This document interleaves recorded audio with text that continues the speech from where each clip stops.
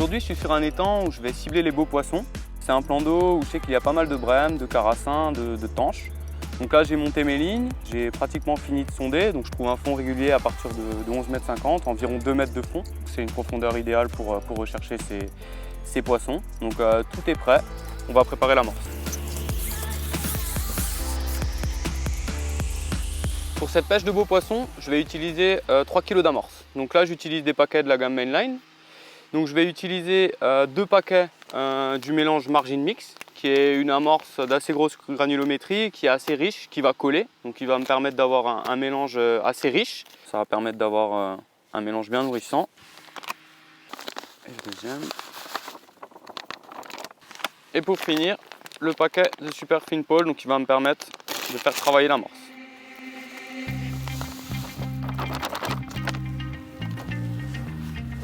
Là, je mélange à la main avant de mouiller les farines pour avoir un mix bien homogène.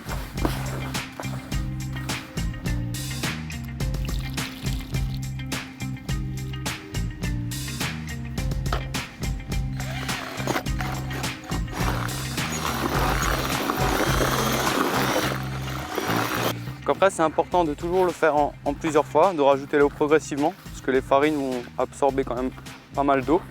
Donc je procède toujours en 2 fois, je fais un premier mouillage donc à la perceuse, je vais laisser reposer le temps de préparer les èches et ensuite je finirai le mouillage pour avoir vraiment la consistance désirée. Concernant les èches, je vais être assez sélectif parce que je sais que dans le plan d'eau il y a pas mal de gardons, de rotangles et aujourd'hui c'est pas les poissons que je souhaite attraper. Donc pour commencer, je vais utiliser des asticots morts, donc c'est des asticots rouges que j'ai mis au congélateur. Pour bien les tuer environ 2 jours avant la pêche. Donc je mets de l'eau en fait pour pas qu'ils noircissent. Une fois qu'ils sont sortis du sac, c'est mieux de les conserver dans un peu d'eau. Des casters, parce que c'est quand même un appât très efficace sur les pêches de gros poissons. Donc là les brèmes elles vont en raffoler. Du maïs, pareil, c'est une èche assez sélective et ça va permettre de faire vraiment un tapis sur le fond pour attirer les jolis poissons. Et pour finir, des pelettes de 2 mm. Donc là, c'est un plan d'eau où il y a quand même aussi pas mal de carpisses qui agrènent généralement, qui mettent du pelet, enfin des choses au fish meal. Donc ça va faire un rappel dans mon amorce. Je vais les faire tremper. On va les laisser tremper environ 2 minutes. Moi voilà, mes èches sont prêtes. Je vais pouvoir préparer l'amorçage de départ.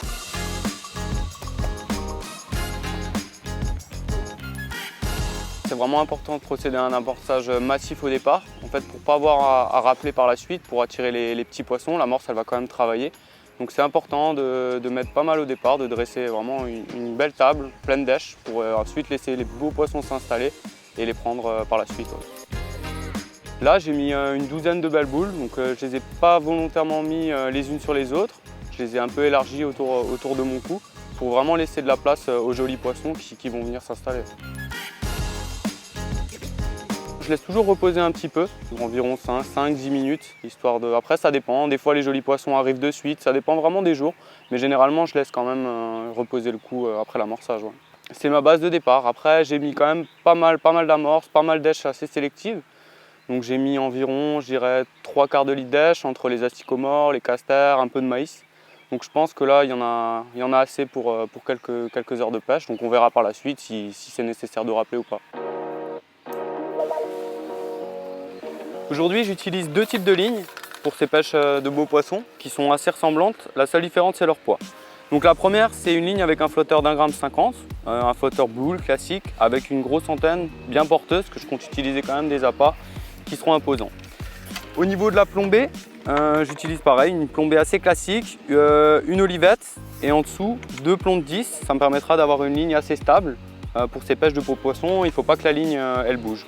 Donc là, je les ai montés directement au bord de l'eau et c'est vraiment important de bien les équilibrer pour ensuite ne pas être dérangé pendant la pêche. Ça, c'est le type de la première ligne. Au niveau du bas de ligne, j'utilise un hameçon GPS.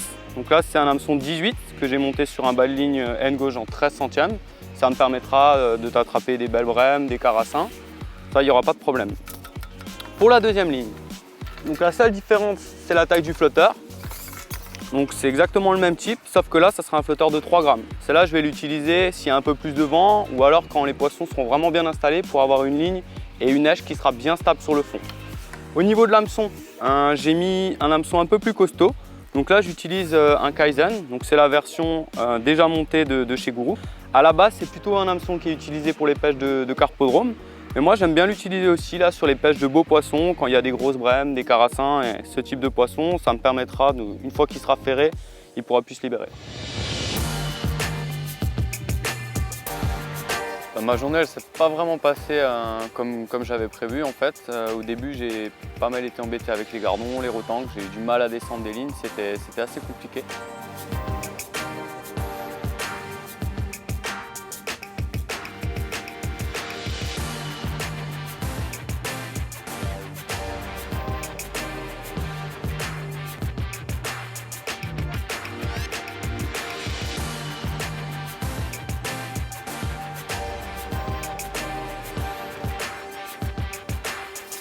Donc là on est en début de pêche, pour l'instant c'est pas étonnant de prendre des petits poissons. Malgré l'amorçage qu'on a fait qui était quand même assez sélectif, souvent on attire les plus petits poissons, les gardons, les rotangs, mais il faut patienter et les beaux poissons vont finir par s'installer.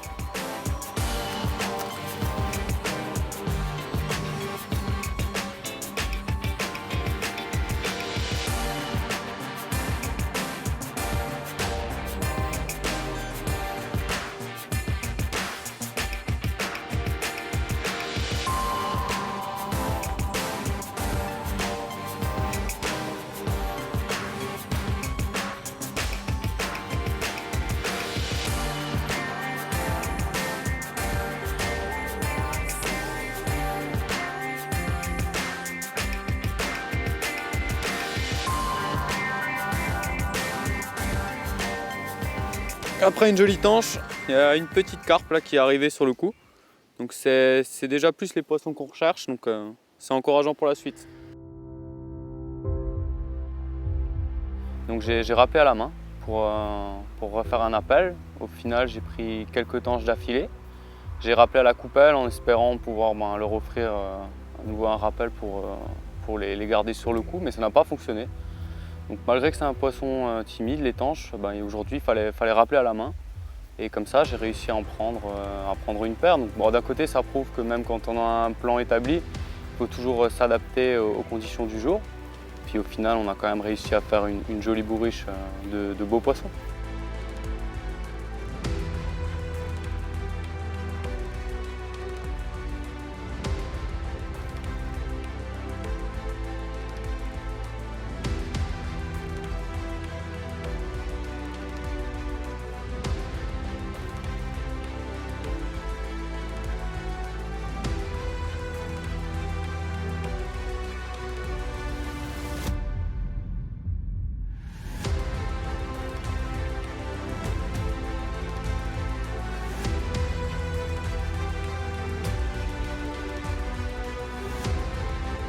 Bon, voilà le résultat de la journée. Donc, ça sera bien fait plaisir quand même, avec quelques jolies tanches, même une petite carpe qui est venue s'amuser avec elle. Donc c'était vraiment sympa. Malgré que le plan n'était pas prévu, après, il faut faire avec et il faut s'adapter. C'est ça qui est important.